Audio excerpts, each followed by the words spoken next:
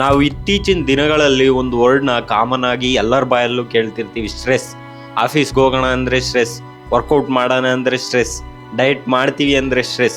So ಈ video ನೀವು complete ಆಗಿ ನೋಡಿದ್ಮೇಲೆ ಸ್ಟ್ರೆಸ್ ಮೇಲೆ ನಿಮ್ಮ ಒಪಿನಿಯನ್ ಕಂಪ್ಲೀಟ್ ಚೇಂಜ್ ಆಗುತ್ತೆ. ಸ್ಟ್ರೆಸ್ ಎಲ್ಲರಿಗೂ ಬರುತ್ತೆ, ಇದು ನಾರ್ಮಲ್.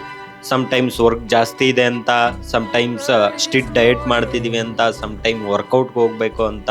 ಬಟ್ ಸ್ವಲ್ಪ ಆನೆಸ್ಟ್ ಆಗಿ ಯೋಚನೆ ಮಾಡಿದ್ರೆ ನಮಗೆ ಏನು ವರ್ಕ್ ಮಾಡಬೇಕು ಅಂತ ಕ್ಲಿಯರ್ ಆಗಿ ಗೊತ್ತು. ಬಟ್ ಅದನ್ನ ಬಿಟ್ಟು ನಾವು ಎಲ್ಲ ವರ್ಕ್ನೂ ಮಾಡ್ತೀವಿ.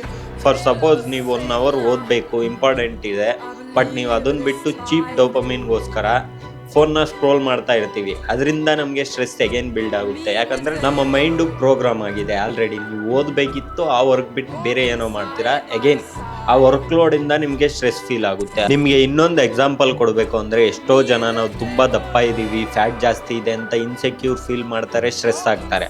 ಎಗೈನ್ ಇಲ್ಲೂ ಗೊತ್ತು, ಪ್ರಾಪರಾಗಿ ಡಯಟ್ ಮಾಡಿದ್ರೆ, ಪ್ರಾಪರಾಗಿ ವರ್ಕೌಟ್ ಮಾಡಿದ್ರೆ ಸಣ್ಣ ಆಗ್ತೀವಿ, ಫ್ಯಾಟ್ ಎಲ್ಲ ಹೋಗುತ್ತೆ ಅಂತ. ಬಟ್ ಅದನ್ನ ಬಿಟ್ಟು ಚೀಪ್ ಡೋಪಮೈನ್ಗೋಸ್ಕರ ನಾವೇನು ಆ್ಯಕ್ಟಿವಿಟಿ ಮಾಡಲ್ಲ. ಎಗೈನ್ ಚೀಪ್ ಡೋಪಮೈನ್ಗೋಸ್ಕರ ಜಂಕ್ ಫುಡ್ ತಿಂತೀವಿ, ಅದರಿಂದ ಕ್ಯಾಲರೀಸ್ ಜಾಸ್ತಿ ಆಗುತ್ತೆ, ಎಗೈನ್ ಫ್ಯಾಟ್ ಆಗ್ತೀರಾ. ಸೊ ಈ ಸ್ಟ್ರೆಸ್ ಅನ್ನೋದು ಅಲ್ಲೇ ಉಳ್ಕೊಂಡು ಹೋಗುತ್ತೆ. ನೀವು ಪ್ರಾಪರಾಗಿ ಏನು ಮಾಡಬೇಕು ಅಂತ ಪ್ರೋಗ್ರಾಮ್ ಆಗಿರೋ ವರ್ಕ್ನ ಮಾಡಿದ್ರೆ ಎಗೈನ್ ಸ್ಟ್ರೆಸ್ ಇರಲ್ಲ. ಸೊ ಫೈನಲ್ ಆಗಿ ಹೇಳಬೇಕು ಅಂದರೆ, ಔಟ್ಸೈಡಿಂದ ಬರೋ ಸ್ಟ್ರೆಸ್ಗಿಂತ ಜಾಸ್ತಿ ನಾವಾಗೇ ತಂದ್ಕೊಳ್ಳೋ ಸ್ಟ್ರೆಸ್ ಜಾಸ್ತಿ. ಸ್ಟ್ರೆಸ್ ಕಡಿಮೆ ಆಗಬೇಕು ಅಂದರೆ ಆ್ಯಕ್ಷನ್ಸ್ ತಗೊಳ್ಳಿ, ಎಕ್ಸ್ಕ್ಯೂಸಸ್ ಅಲ್ಲ.